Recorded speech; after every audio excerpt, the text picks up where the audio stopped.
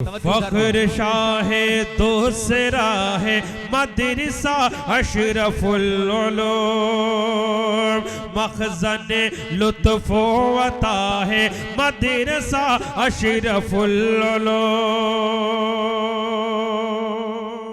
खित्ता-ए UP में है जो एक दयार मैलहने, उसके दामन की ज़िया है मदरसा अशरफुल उलूम। हज़रात आइए, अब मैं आज के इस अज़ीमुश्शान इजलास के पहले खतीब, जिन्हें हम 6 सालों से सुनते आ रहे हैं, जिनसे मेरी मुराद जनाब हजरत मौलाना अब्दुल्ला साहब काशमी प्रतापगढ़ी दामत बरकातुहुम, सेक्रेटरी जमियत उलमाए उत्तर प्रदेश व मुहतमिम मदरसा हिदायतुल इस्लाम बुझवा, मैं हजरत वाला की खिदमत में बड़े ही अदब व एहतराम के साथ दरख्वास्त करता हूँ कि हजरत वाला मसरदे खिताबत पर जलवा फरोज हो और अपने ईमानी व इरफानी व हक्कानी तकरीर से हम तमाम सामईन को मुस्तफीज फरमाएं और खाबीदा कौम को बेदार करें। इस शेर के साथ ये अलग बात है खामोश खड़े रहते हैं, ये अलग बात है खामोश खड़े रहते हैं, फिर भी जो लोग बड़े हैं वो बड़े रहते हैं और ऐसे असलाफ से मिलता है इनका शजरा जिनके जूतों में कई ताज पड़े रहते हैं।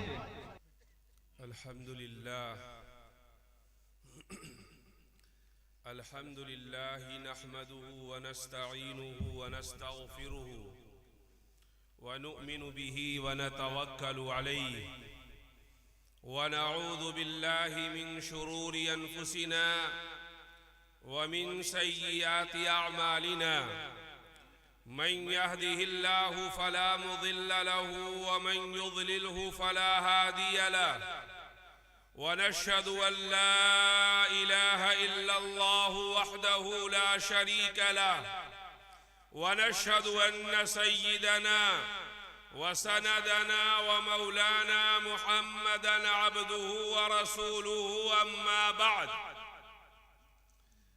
फ़अन अबी हुरैरता रज़ियल्लाहु तआला अन्हु क़ाल क़ाल रसूलुल्लाहि सल्लल्लाहु अलैहि वसल्लम, मन यअख़ुज़ु अन्नी ख़म्स ख़िसालिन फ़यअमलु बिहिन्न औ युअल्लिमुहुन्न मन यअमलु बिहिन्न।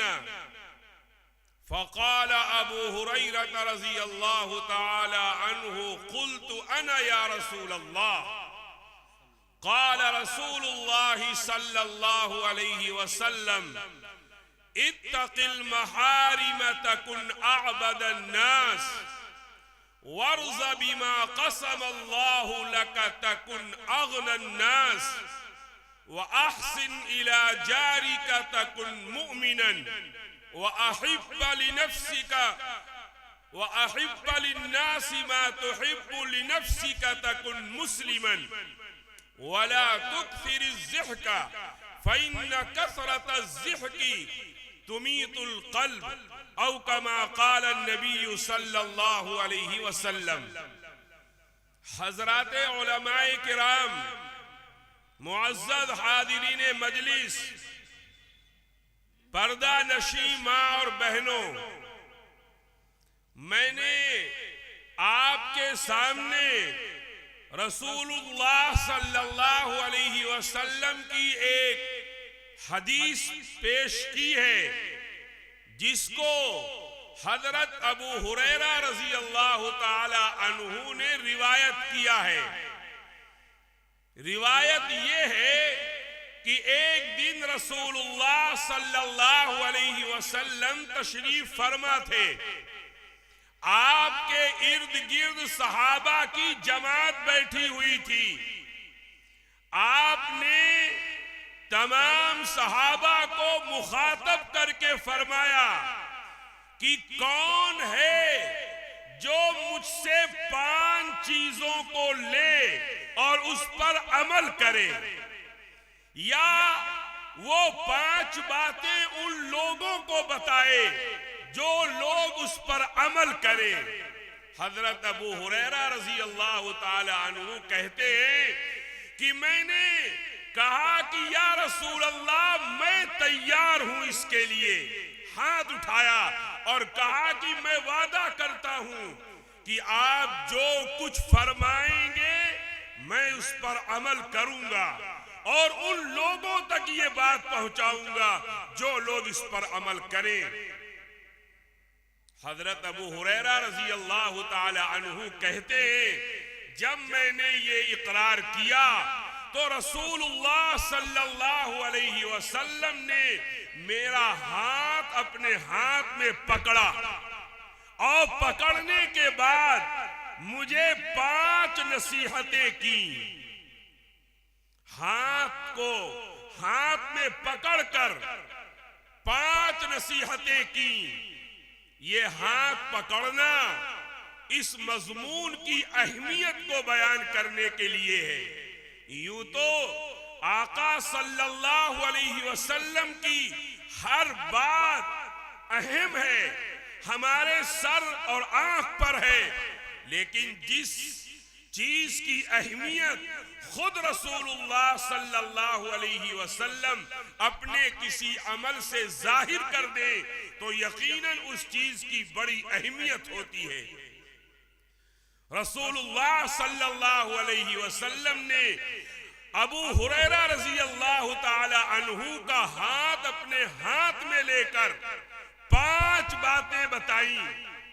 मैं वो 5 बातें या उनमें से जितना वक्त के अंदर हो जाएंगी मैं इंशाअल्लाह बयान करूंगा, इस उम्मीद के साथ कि आप भी वादा कीजिए कि इंशाअल्लाह हम रसूलुल्लाह सल्लल्लाहु अलैहि वसल्लम की तमाम नसीहतों के साथ साथ इन नसीहतों पर भी अमल करेंगे। रसूलुल्लाह सल्लल्लाहु अलैहि वसल्लम ने सबसे पहली जो नसीहत फरमाई वो ये थी कि इत्तकिल महारिम तकुन अअबदन नास। ऐ अबू हुरैरा सुन लो और तुम्हारे वास्ते से तमाम लोग सुन लें, कयामत तक आने वाले लोग सुन लें।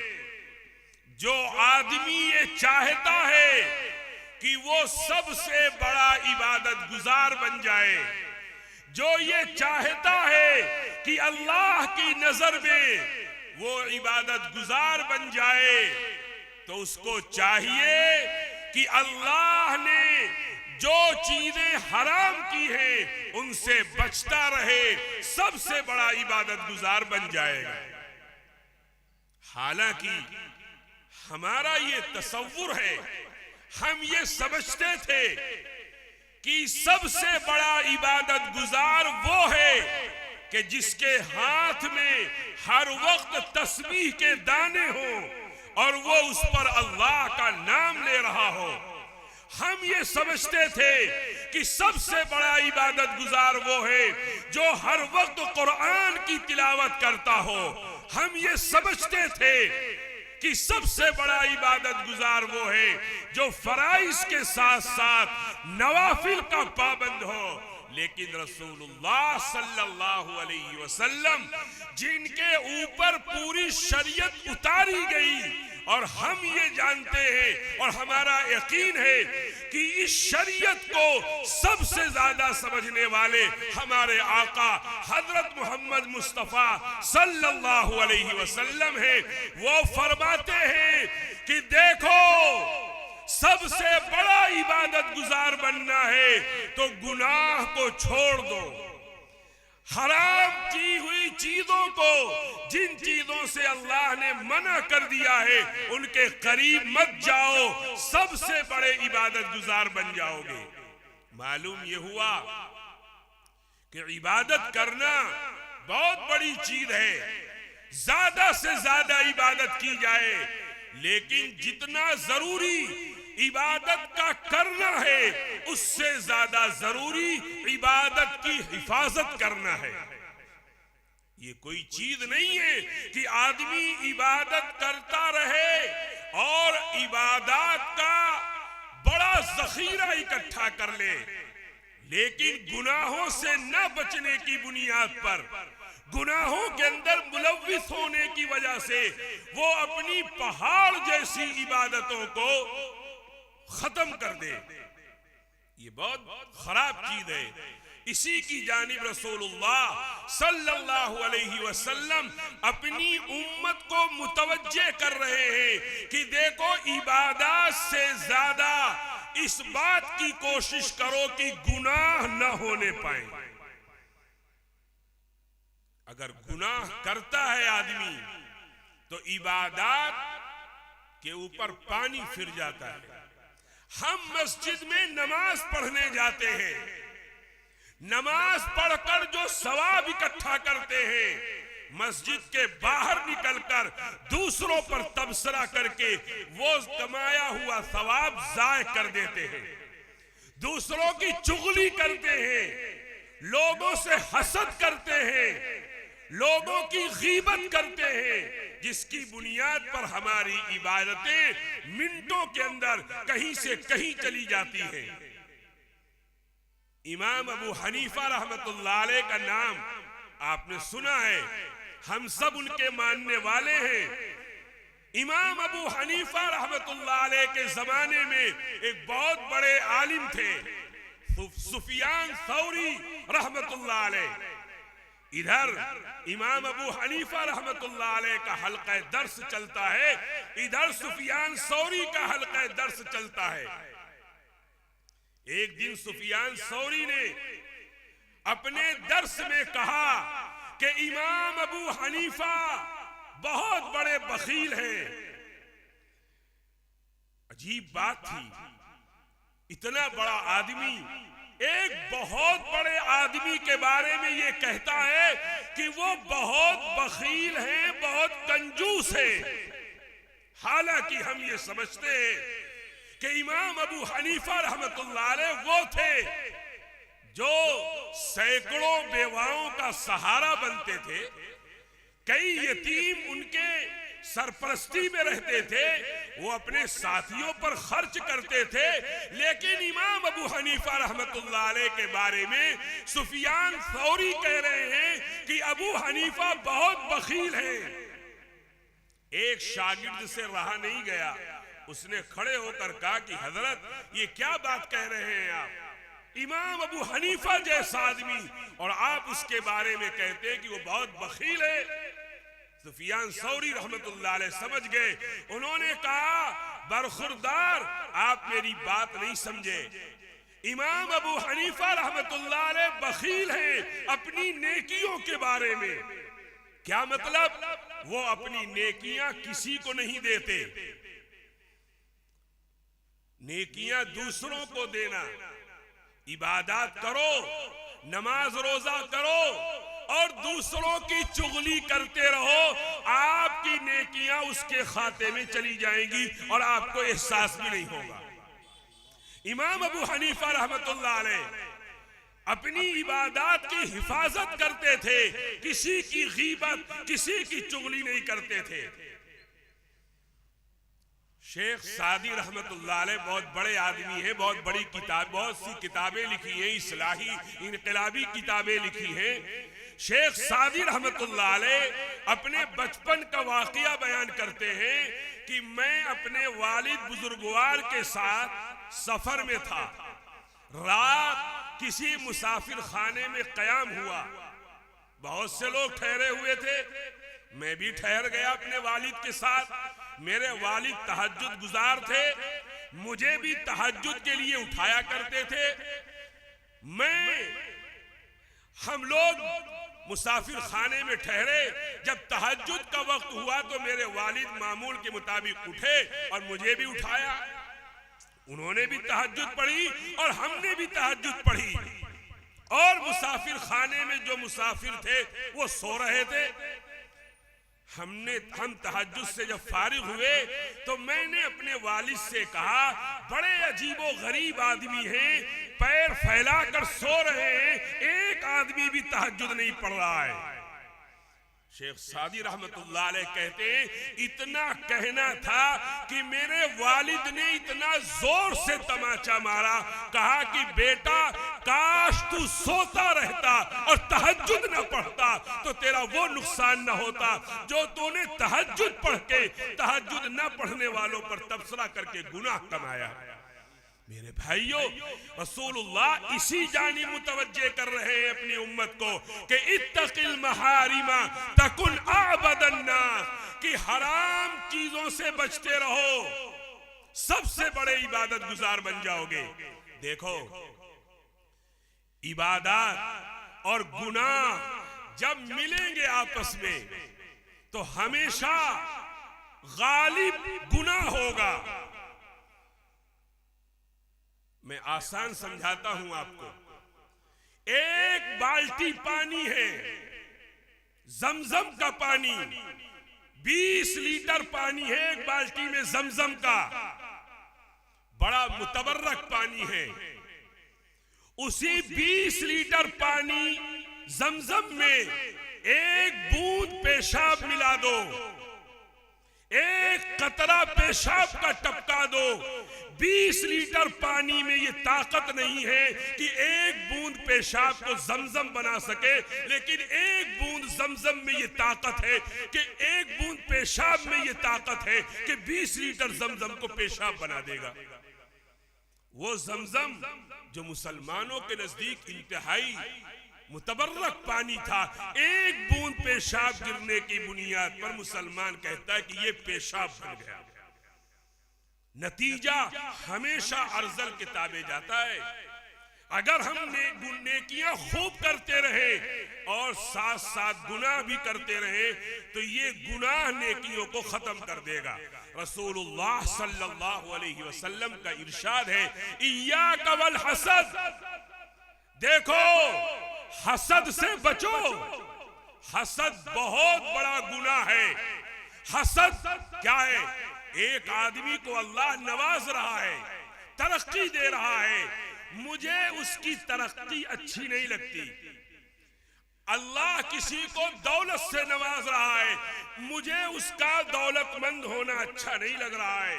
अल्लाह किसी को औलाद दे रहा है, उसका औलाद पाना मुझे अच्छा नहीं लगता, इसी का नाम हसद है। रसूलुल्लाह फरमाते तू तहज्जुद गुजार है, इशराक का चाश्त का पाबंद है, नवाफिल की कसरत है तेरे अंदर, सदकात खैरात करने वाला है, बड़ी नेकियां इकट्ठा कर रहा है, लेकिन दूसरों से हसद करता है। सुन हसद का नुकसान क्या है। हसद मत करो, फइन्नल हसदा याकुलुल हसनात कमा ताकुलुन नारुल हतब। हसद नेकियों को ऐसे ही खा जाता है जिस तरह आग लकड़ी को खा जाती है। आपके पास लकड़ियां हो, टाल का टाल भरा हुआ हो लकड़ियों का, और आप एक माचिस की तीली लगा दीजिए, पूरी लकड़ी जलकर राख हो जाएगी। इसी तरह रसूलुल्लाह फरमाते कि देखो बहुत इबादत कर रहे हो, बहुत नेकियां इकट्ठा कर रहे हो, लेकिन गुनाह से नहीं बचते हो, तो ये चीज ऐसी है कि तुम्हारी नेकियों को खत्म कर देगा। इसलिए मुसलमानों, रसूलुल्लाह की ये पहली नसीहत है कि जिसको सबसे बड़ा इबादत गुजार बनना है वो गुनाहों से बचने की कोशिश करे, पूरी ताकत लगा दे, गुनाह न होने पाए। लेकिन अगर बतकाज़े बशरियत गुनाह हो जाते हैं तो कोई घबराने की चीज नहीं है, फौरन तौबा कर ले। देखो, गुनाह करना उतना बुरा नहीं है जितना गुनाह करके उस पर डटा रहना बुरा है। वरना तो रसूलुल्लाह खुद फरमाते हैं कुल्लुकुम बनी आदम खत्ताऊन व खैरुल खत्ताईन तव्वाबून। देखो, आदम की जितनी औलाद है, हम सब आदम की औलाद है। रसूलुल्लाह फरमाते हैं आदम की तमाम औलाद गुनहगार है। गुनाह सबसे हो सकता है, लेकिन सबसे अच्छा गुनहगार वो है जो गुनाह के बाद तौबा कर ले। इसलिए कि तौबा की ये ताकत है कि अत्ताइबु मिनज़्ज़ंबि ला ज़ंब लहू, कि जिसने गुनाह से तौबा कर ली गोया कि उसने गुनाह किया ही नहीं है। ये पहली नसीहत है रसूलुल्लाह सल्लल्लाहु अलैहि वसल्लम की। मैं जल्दी जल्दी करूं वरना पांचों नसीहतें नहीं हो पाएंगी।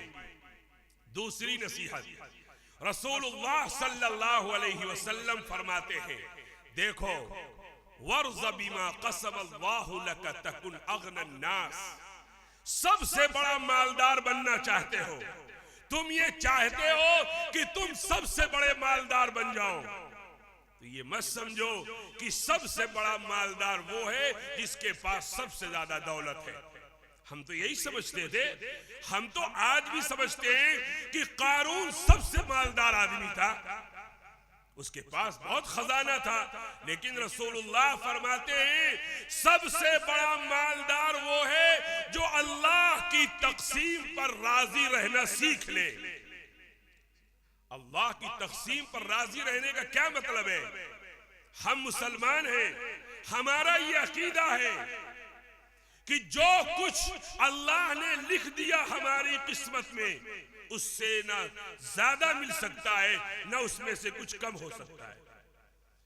अल्लाह ने अगर हमारे हिस्से में 1000 रुपया लिखा है तो हम चाहे जितना दुनिया हमको नुकसान पहुंचाना चाहे वो 1000 हमसे कोई नहीं ले सकता, और अगर अल्लाह ने हमारी किस्मत में 1000 नहीं लिखा है, सारी दुनिया मिलकर हमें देना चाहे तो हमें नहीं दे सकती 1000।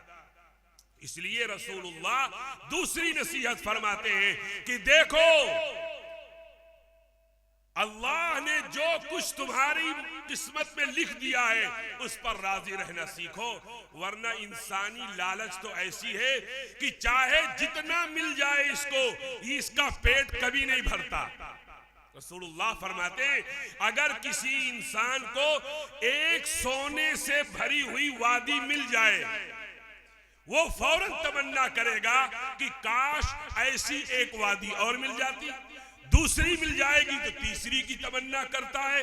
अल्लाह का रसूल फरमाता इसका पेट तो कब्र की मिट्टी भरेगी, जब इसको कब्र में लिटा देंगे तब इसकी लालच खत्म हो जाएगी।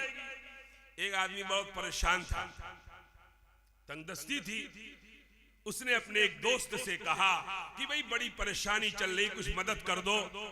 उसने कहा भी कहाँ थे? अभी तो हमारे गांव में एक बहुत बड़े अल्लाह वाले आए थे, मुस्तजाबुद दावत थे, जो दुआ करवाओ पूरी हो जाती थी, अभी जा ही रहे हैं, जाओ और जाकर उनसे अपनी परेशानी बताओ, दुआ कर देंगे, तुम्हारी दुआ परेशानी दूर हो जाएगी। वो भागा भागा गया, अभी बस्ती के बाहर ही पहुंचे थे वो बुजुर्ग, पीछे पीछे गया, सलाम किया, उन्होंने कहा क्या बात है? अपनी परेशानी बयान करने लगा, बड़ी तंगी है, बड़ी परेशानी की जिंदगी गुजर रही है। उन्होंने कहा वो देखो ढेला देख रहे हो मिट्टी का? कहा, इशारा किया, कहा जा उठा लो। वो गया उठाने तो वो ढेला जो मिट्टी का था वो सोने का बन गया। बहुत खुश हुआ, अरे भाई वो तो 10-20 के लिए गया था, यहाँ तो पूरा डला जो है सोने का मिल गया। उन्होंने कहा जाओ। बुजुर्ग आगे बढ़े, वो फिर पीछे पीछे आने लगा, कहने लगा भाई अब क्या बात है, आपको तो मिल गया। कहने लगा एक डला ऐसे और मिल जाए तो अच्छा रहेगा, एक और दिलवा देती। तो उनको हुआ कि चलो भाई, फिर इशारा किया कि देखो वो ढेला मिट्टी का उठाओ, उठाया, सोना बन गया। अब वो आगे बढ़े, फिर पीछे पीछे, कहने भाई अब क्या? कहने लगे बस एक और मिल जाए बस। तो उन्होंने कहा ये आखिरी है, अब नहीं कहूंगा। कहा हाँ हाँ ठीक है, बस एक और मिल जाए। 3 ढेला मिल गया। अब भी अल्लाह का बंदा फिर पीछे पीछे चल रहा है। उन्होंने कहा बाबा अब क्या हुआ? कहने लगा कुछ नहीं, वही उंगली मुझको दे दो जिससे आप सोना बनाते हैं। ये है इंसानी फितरत, उसको तो जितना मिल जाए उसको उसका पेट कभी नहीं भरता। रसूलुल्लाह फरमाते हैं सबसे बड़ा मालदार जो दिल का मालदार हो। जितना मिल गया अल्लाह के फैसले पर राजी रहना सीखे, ये दूसरी नसीहत है।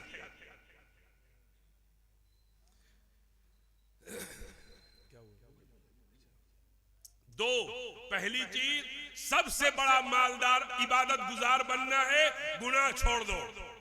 सबसे बड़ा मालदार बनना है, अल्लाह के फैसले पर तकसीम पर राजी रहना सीखो। तीसरी नसीहत, गौर से सुनो, मैं बहुत जल्दी कर रहा हूं। रसूलुल्लाह सल्लल्लाहु अलैहि वसल्लम ने फरमाया, अगर पक्का मोमिन बनना है, अगर कामिल और मुकम्मल ईमान वाला बनना है, तो अपने पड़ोसी के साथ अच्छा सलूक कर। वअहसिन इला जारिका तकुन मोमिनन, अपने पड़ोसी के साथ अच्छा सलूक कर, पक्का ईमान वाला बन जाएगा। पड़ोसियों के तो बड़े हुकूक हैं, और जितनी जहां जहां पड़ोसियों के हुकूक बयान किए गए हैं, कहीं मजहब को बुनियाद नहीं बनाया गया। उसका मजहब क्या है? कुछ भी नहीं है। अरे रसूलुल्लाह तो फरमाते हैं एक हदीस के अंदर कि जिब्रील मुझको पड़ोसियों के बारे में बार बार वसीयत करते रहे, बार बार वसीयत करते रहे। इतना वसीयत किया कि मुझको तो ये अंदेशा होने लगा कि कहीं जिब्रील अल्लाह के हुक्म से पड़ोसी को विरासत में हिस्सा न दिलवा दे। पड़ोसी का बहुत हक है। अरे भाई आप सुनो, रसूलुल्लाह ने एक मौके पर 3 मर्तबा कसम खाकर कहा, वल्लाहि ला युमिनु, वल्लाहि ला युमिनु, वल्लाहि ला युमिनु। खुदा की कसम वो आदमी ईमान वाला नहीं हो सकता, खुदा की कसम वो आदमी ईमान वाला नहीं हो सकता। सहाबा चौंक गए, या रसूल अल्लाह, आप किसके बारे में फरमा रहे हैं कि मोमिन नहीं हो सकता? रसूलुल्लाह ने फरमाया कि जिस आदमी का पड़ोसी उसकी शरारतों से महफूज ना हो, वो कभी पक्का मोमिन नहीं हो सकता। लाख नमाज पढ़ता रहे, रोजा रखता रहे, पड़ोसी को तंग करता है, कभी पक्का मोमिन नहीं हो सकता। एक दूसरी हदीस में रसूलुल्लाह ने फरमाया कि अगर तुम पेट भर के खाना खा के सो जाओ और बगल में तुम्हारा पड़ोसी भूखा रहे, तो याद रखना तुम्हारा ईमान कामिल ईमान नहीं हो सकता। जिस तरह मोमिन का ये फरीजा है कि वो अपने घर का चूल्हा जलाए, इसी तरह उसके लिए ये भी जरूरी है कि वो पड़ोस के चूल्हे के जलाने की फिक्र करे। और आज हमारा मामला तो ये कि हम उसके चूल्हे को फोड़ने की फिक्र करते, जलाने की फिक्र कौन करता है? रसूलुल्लाह ने पड़ोसियों के हुकूक बयान किए, वइन असाबहु खैरुन हन्नअतहु। देखो, तुम्हारे पड़ोसी के यहाँ कोई खुशी का मौका हो, हिंदू है या मुसलमान, इससे कोई बहस नहीं है। तुम्हारा पड़ोसी है, उसके यहाँ खुशी का मौका है, दावत है, अकीका है, कोई और खुशी का मौका है, रसूलुल्लाह कहते हैं जा उसके यहाँ, दावत दी हो न दी हो, कारण भेजा हो न भेजा हो, तेरा पड़ोसी है, पड़ोस का ये हक है कि तू उसके घर जा और उसको मुबारकबाद पेश करके आ कि भाई तुम्हारे यहाँ आज खुशी का मौका है, हम तुम्हें मुबारकबाद देने के लिए आए हैं।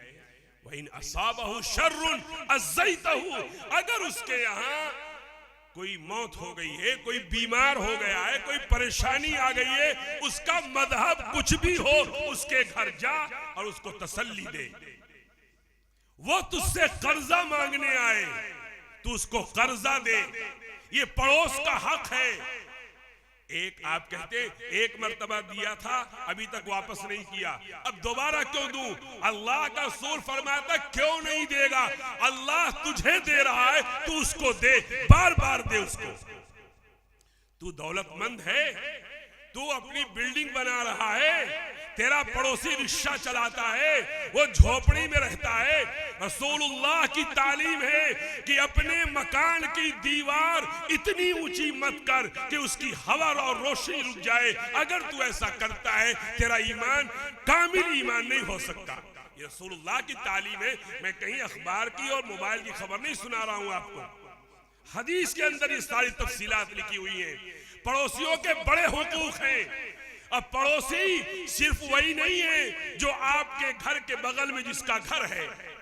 पड़ोसी की तफसील बयान करते हुए आप जरा अंदाजा लगाइए, कुरान जिसने नमाज का एक मर्तबा नहीं सैकड़ों मर्तबा हुक्म दिया है, उस कुरान ने एक मर्तबा भी नमाज पढ़ने का तरीका नहीं बताया। पढ़ो नमाज, पढ़ो पढ़ो, कैसे पढ़ेंगे? रसूलुल्लाह पढ़ के दिखाएंगे। कुरान नहीं बयान कर रहा है। ज़कात देना है, कितना ज़कात दिया जाए रसूलुल्लाह बताएंगे। कुरान उसूल बयान कर रहा है। यही कुरान जिसने नमाज का तरीका नहीं बताया, सिर्फ हुक्म दिया है, जिसने ज़कात का तरीका नहीं बताया, सिर्फ हुक्म दिया है और रसूलुल्लाह की तालीमात पर छोड़ दिया है, उस कुरान ने जब पड़ोसी के हुकूक को बयान किया तो बड़ी तफसील के साथ बयान किया। पड़ोसी कई किस्म के हैं। एक पड़ोसी वो भी है वस्साहिबी बिल जंब, जो आपके बगल में बैठा है। आप बस में सफर कर रहे हैं, आपके बगल वाली सीट पर एक आदमी बैठा हुआ है, वो आपका पड़ोसी है। अगर तुम्हारे बैठने की वजह से उसको तकलीफ पहुंच गई तो याद रखना तुम पक्के मोमिन नहीं बन सकते। हमारा हाल ये, अगर किसी को गेट से चढ़ता हुआ देखेंगे, जगह होगी तो फैल के बैठ जाएंगे। रसूलुल्लाह फरमाते हैं उसको जगह दे, उसको राहत पहुंचा। कोई ऐसा काम मत कर कि तेरे अमल की वजह से उसको तकलीफ पहुंचे। अगर करेगा कभी पक्का मोमिन नहीं हो सकता। ये रसूलुल्लाह की तालीमात है। चौथी चीज रसूलुल्लाह फरमाते हैं अहिब्बु लिन्नास मा तुहिब्बु लिनफ्सिका, दे तकुन मुस्लिमन, दे तुझे पक्का सच्चा मुसलमान बनना है। किसे कहते हैं पक्का सच्चा मुसलमान? हम तो ये समझते थे 5 वक्त नमाज पढ़े, रोजा रखे, ज़कात दे, हज करे, वही पक्का मुसलमान है। नहीं नहीं, दीन का दायरा इतना तंग नहीं है, उसमें बड़ी वसाअत है। रसूलुल्लाह फरमाते हैं जो चीज अपने लिए पसंद कर वही अपने भाई के लिए भी पसंद कर। जो चीज अपने लिए नापसंद कर वो अपने भाई के लिए नापसंद कर, तब जाकर तू पक्का सच्चा मुसलमान बनेगा। इमाम गज़ाली रहमतुल्लाह अलैह ने एक बहुत शानदार किताब लिखी है, बहुत से वाक़यात लिखे हैं। उसी में एक वाक़या लिखा है एक बुजुर्ग का। उनके घर में चूहे बहुत थे, बहुत चूहे आ गए। किसी ने मशवरा दिया कि हजरत एक बिल्ली पाल लीजिए, बिल्ली रहेगी, सारे चूहे भाग खड़े होंगे। उन्होंने पूछा कहां जाएंगे? कहा पड़ोसियों के यहां चले जाएंगे। उन्होंने कहा भाई मैं ये चीज नहीं कर सकता। रसूलुल्लाह की तालीम है जो चीज अपने लिए नापसंद करो वही अपने भाई के लिए भी नापसंद करो। मैं अपने घर में अगर चूहे को नहीं पसंद करता तो पड़ोसी के घर में चूहे जाएं, ये अगर मैं पसंद करूंगा तो रसूलुल्लाह की तालीम के खिलाफ होगी ये बात। जो चीज अपने लिए पसंद करो वही। आप चाहते हैं कि दुनिया आपकी इज्जत करे, आप दूसरे के लिए भी इज्जत को पसंद करें। आप चाहते हैं कि मेरा कारोबार चले तो आपके लिए जरूरी है कि आप अपने बगल वाली दुकान के बारे में भी यही नजरिया रखें कि वो दुकान भी चले। क्यों? हमारे रसूलुल्लाह की तालीम है, वो हिंदू है या मुसलमान, हमें इससे कोई बहस नहीं है। हम अपनी दुकान को तरक्की करता हुआ देखते हैं तो दूसरे की दुकान को भी तरक्की की राह पर चलता हुआ देखेंगे, तभी जाकर पक्का सच्चा मुसलमान होंगे। ये रसूलुल्लाह सल्लल्लाहु अलैहि वसल्लम की तालीमात है मेरे भाई, इसका ख्याल रखिए। इबादत ही के अंदर पूरे दीन को मुनहसिर मत कीजिए। इस्लाम क्या सिर्फ एक ही शोबा नहीं है इबादत का, इस्लाम का एक बहुत बड़ा शोबा मुआशरत का है, आपसी रहन सहन का है। ये 4 नसीहतें हो गई रसूलुल्लाह सल्लल्लाहु अलैहि वसल्लम। कितना बाकी तो खत्म कर रहा हूं, कब तक आएंगे? अच्छा, तो 4 बातें हो गई। नंबर 1, सबसे बड़ा इबादत गुजार बनना है। गुनाह से बचने की फिक्र करो। देखो इबादत थोड़ी कम हो, इशराक छूट जाए कोई घबराने की बात नहीं है। तहज्जुद की पाबंदी ना हो पाए, बहुत ज्यादा टेंशन लेने की जरूरत नहीं है, लेकिन गुनाह हो जाए ये बहुत घबराने की चीज है। गुनाह ना हो। दूसरी चीज, दिल से अल्लाह के फैसले पर राजी रहना सीखो। 3, पड़ोसियों के साथ हुस्ने सुलूक करो। और चौथी चीज फरमाई रसूलुल्लाह सल्लल्लाहु अलैहि वसल्लम ने, अहिब्ब लिन्नास। आप अल्फाज पर गौर कीजिए, अहिब्ब लिन्नास, अहिब्ब लिल मुस्लिम, अहिब्ब लिल मोमिन नहीं कहा। लिन्नास, कोई भी इंसान हो उसके लिए वही चीज पसंद करो जो अपने लिए पसंद करते हो। तुम ये चाहते हो कि कोई तुम्हें तकलीफ ना पहुंचे, तो अपने भाई के लिए भी यही पसंद करो कि उसको भी कोई तकलीफ ना पहुंचे। मुसलमान की तो ये शान है, मुसलमान का किरदार और मुसलमान की सीरत ये थी कि रसूलुल्लाह सल्लल्लाहु अलैहि वसल्लम की तालीमात को अपनाता। अरे रसूलुल्लाह ने फरमाया कि रास्ते से तकलीफ देने वाली चीज को हटाओ।